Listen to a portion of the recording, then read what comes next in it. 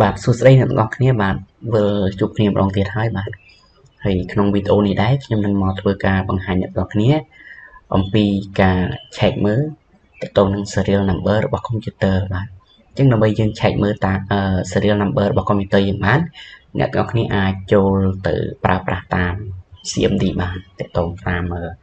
command prompt នឹងបានអូខេជាកន្លែងនេះខ្ញុំ search ទាក់ទង CMD នោះ CMD ចឹងមកហើយកន្លែងនេះយើង run វាជា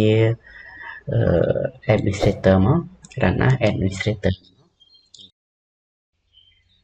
ចឹងកន្លែងនេះខ្ញុំសូមបង្ហាញធំបន្តិចបាទចឹងកន្លែងនេះយើងវាយបញ្ចូលមកយើងដាក់ C command ចូលមកអូខេ W M I C ចឹងមកហើយតោះនេះកន្លែងនេះយើង C B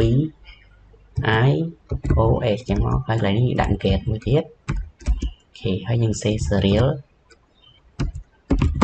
ខេ number ហើយយើងធ្វើការ enter មកអញ្ចឹងវានឹងបង្ហាញទាក់ទងនឹង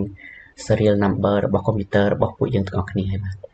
ទៅតាមប្រភេទ computer មួយហើយបាទអូខេបាទហើយក្នុងវីដេអូនេះដែរគឺមានតែប៉ុណ្្នឹងទេបាទអរគុណសម្រាប់ការតាមដានវីដេអូនេះបាទវីដេអូដល់ចប់